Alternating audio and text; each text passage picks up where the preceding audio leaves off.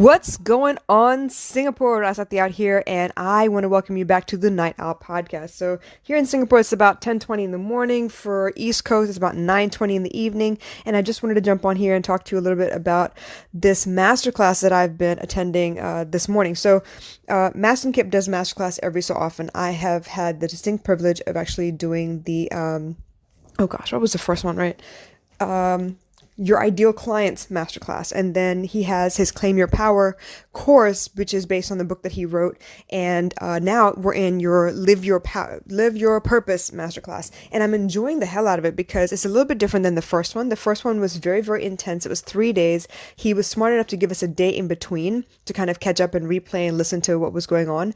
This one is a little bit longer. It's about 5 classes from what I understand. Still a day in between so we can catch up and we're not like, chasing our tails when it comes to absorbing the material, but we get to digest it a little bit as well. So the first masterclass, he was talking about how things are changing in the mental health landscape, and it's because there is a need for an upgrade in the way that we handle mental health and how we teach people to manage their emotions, their thoughts, their behaviors, all those things. So I wanted to talk to you a little bit about something that I had been considering anyway. So I attended the Claim Your Breath workshop in the beginning of the month because one of my friends, Self Ally, was actually speaking at the event. She asked me to come and join in and listen, absorb, support her, obviously. So I was happy to do so, and I came in and listened, and it was just so many beautiful people sharing on different subjects.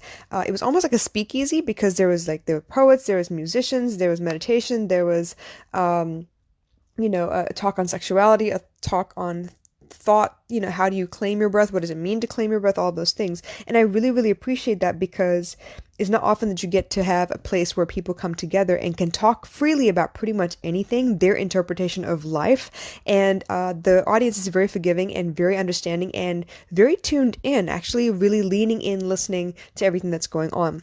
So it just happened that, this happened like with the 1st of February, and I was listening, enjoying myself, and I understood on some level that we were scratching the surface of what really needed to be taken care of. So I like to talk about emotional health all the time, right? For me, emotional health is like the marriage between mental and body. Because you feel your emotions and then you feel your body depending on the type of emotion. Sometimes you feel tingles, sometimes you feel panic, you feel a weight on your chest, you feel vice grip type pains. Like all of those things are linked to your emotions in my mind, right? This is my justification of things. But we talk about mental health. We talk about mental health, and how we think about things. And yeah, sure, okay, we think about these things, but they're triggered by emotion. They're triggered by old memories. They're triggered by your body and the way your body is used to responding to certain stimulus. So I named this podcast I'm Not Mental because I'm not just mental. It's not just all thought. When I talk about health, I want to be physically fit. I want to be emotionally fit, and I want to make sure that my thinking, my thought processes are in line with the emotion and the physical side of things, because I need to make sure that there is a process for me to sometimes follow my thoughts down the rabbit hole and sometimes learn how to dig myself back out or to anchor myself to something to pull myself back out of that deep well.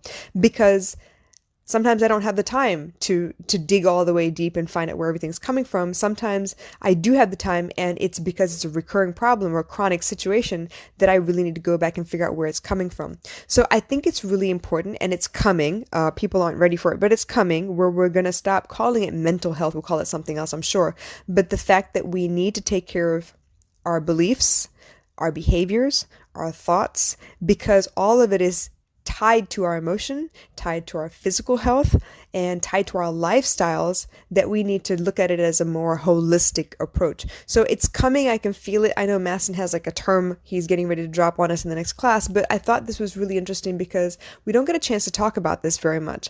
Once we have a theory that works, we usually use it forever and ever, amen, until somebody comes and disproves it or says that there's a better way or gives us something that's a parallel but a different way of doing things. It's almost like we've been teaching kids in a classroom for I don't know how many years, right? This is the way you read. This is the way you do math. This is the way you do science experiments. But it wasn't until someone discovered, hey, everyone has different ways of learning. Some of them are tactile learners, some of them are auditory learners, some of them are visual learners, that we needed to incorporate many, many different aspects into our lesson plans and how we deliver the information so that we really reach as many kids as possible. Before, it was just a matter of we spit it out, you all take it in, and then you vomit it back out on a test, and this is how we judge if you actually understood or not. Back in the day, I remember when we were going through classes and we had some of the kids that really weren't understanding the material, were having a tough time, that the teacher would pull them aside and do, extra lessons with them. It wasn't called remedial. I don't even know why they do this, but in Singapore it's called remedial classes. And it wasn't really called that, but it was the fact that you sit down and you really understand the student. There were exceptions made where the kid would be given an oral exam instead of a paper test, because maybe they just don't test well on paper. But if you ask them questions, they can explain the concept to you completely backwards and forwards with or without the terminology that's necessary, but you would understand as a teacher that they really understood the material. So those are the kinds of things that we've learned over the course of time that we needed to adjust, we needed to include in a classroom. We need to change the way we discipline the kids. Classroom management has changed and evolved across time, but it's still not where it could be.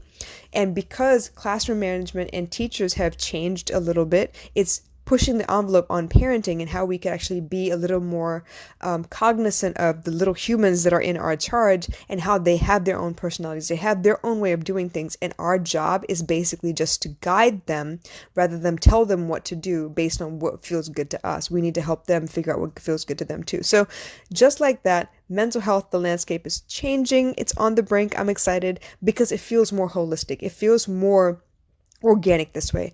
I have always known, like in the pit of my stomach, in the back of my mind, however you want to talk about it, I've always known that your feelings, your body, and your thoughts are all connected. How you want to delineate that pathway is totally up to you, but I've always known they're connected, and I've always felt like if I could pull everything together, it would almost like pull the rest of it in line as well. It's almost like for the longest time, I was an athlete. I danced. I played soccer, I played tennis, I played lacrosse in college, played cricket as a kid, I ran track, well, I wanted to run track, I ran around with the neighborhood kids, I was active all the time, I swam, and because I was always active, it felt like I had a release somewhere to let go of the things that I was thinking about, because play therapy is important as a kid, right? You get some new information, you don't get to sit there and journal it out. It's not the way we process or digest the information. It's more like you do something physical or you make something with your hands, and while you're doing that busy work, your brain is working subconsciously.